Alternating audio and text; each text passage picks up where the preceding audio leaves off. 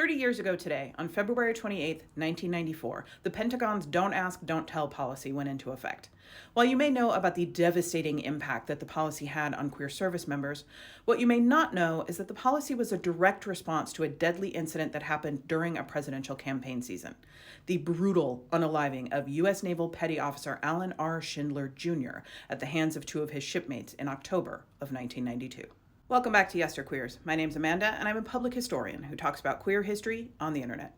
Trigger warning that I will be discussing the circumstances of Alan Schindler's death. October 1992 was the homestretch for President George H.W. Bush, Governor Bill Clinton, and Ross Perot in their run for the White House. The major issues in that election were the economy and the national deficit, the fallout from the Persian Gulf War, abortion access, and so-called homosexual issues, specifically research and treatment of AIDS and employment discrimination, including whether or not to lift the ban on queer people serving in the military. It was the first time in U.S. history that presidential campaigns took a stand on gay rights and discussed the issues publicly. The 1992 Republican platform, remember when the Republicans had an actual platform?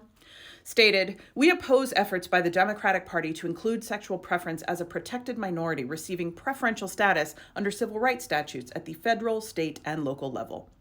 Bush clarified by saying that he wasn't anti-homosexual, he just didn't want lesbians and gay men to have special rights, like the special right to not be fired for being queer. The Democratic Party, meanwhile, explicitly supported protecting queer people under federal anti-discrimination laws, and Clinton said on the campaign trail that he would lift the ban on queer people serving in the military.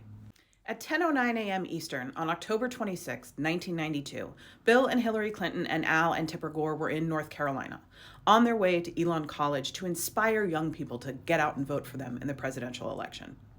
Halfway around the world, on the Albuquerque Bridge in Sasebo, Japan, another young person, 22-year-old Alan Schindler, was pronounced dead after 19 minutes of emergency medical intervention. Schindler had been beaten beyond saving by two of his shipmates because he was gay. His injuries were so horrific that he had to be identified by the tattoos on his forearms, and a witness refused to describe the condition of his body in court because Schindler's mother and sister were in the room.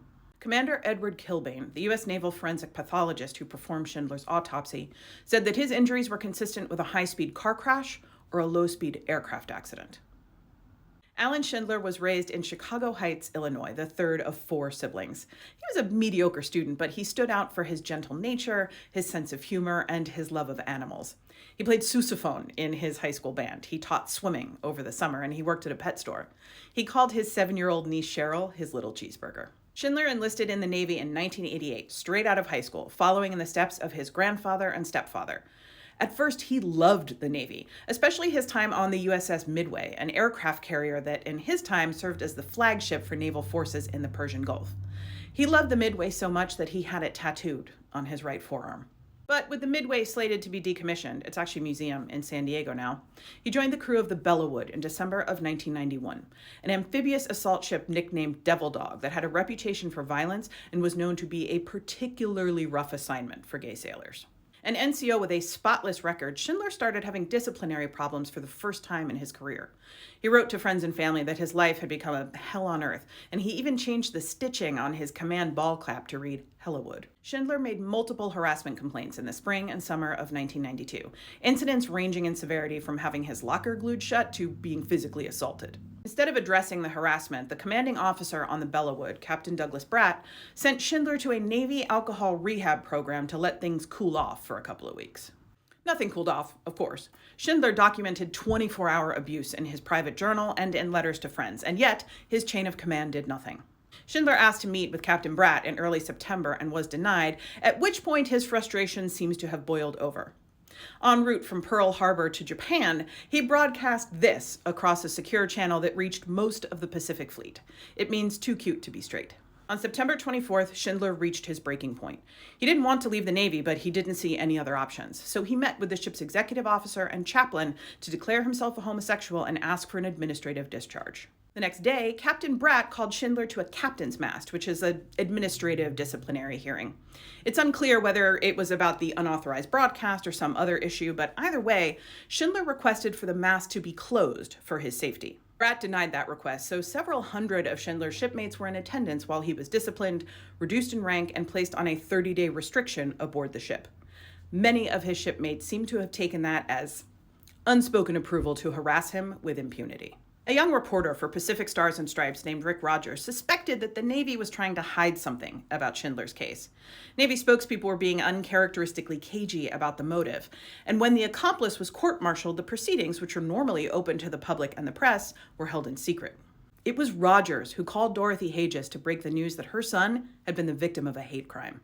Schindler had come out to his mother in a phone call a few years earlier, but she thought that he was playing an elaborate prank on her, so this was a lot for her to process. But the Navy's silence and stonewalling in response to her questions about what exactly had happened to her son spoke volumes.